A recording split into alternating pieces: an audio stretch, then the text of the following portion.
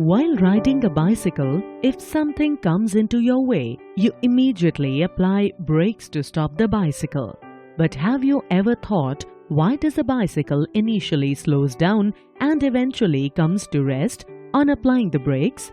Not only bicycles, in fact each and every object slows down when it is allowed to move over the surface of another object, even without the application of any external force. But the question is, how this is possible? There must be some opposing force that opposes the motion of one object over the other. This opposing force is known as the frictional force or simply friction. Frictional force is generated when two surfaces slide or try to slide over each other.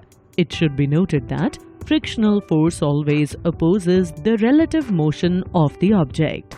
The amount of friction depends on the amount of irregularities or roughness present in both the surfaces in contact.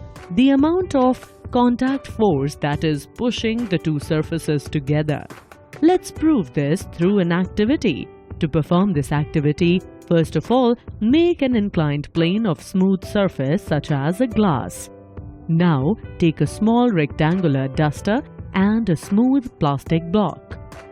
On allowing both these objects to slide on the inclined plane, you can see that plastic block moves faster because it experiences less friction than the duster. This is because smoother surfaces experience lesser frictional force. It is due to this reason of less friction that many accidents take place on rainy days. Since water between the road and the tires reduce the amount of friction, vehicles do not stop easily, which may lead to accidents.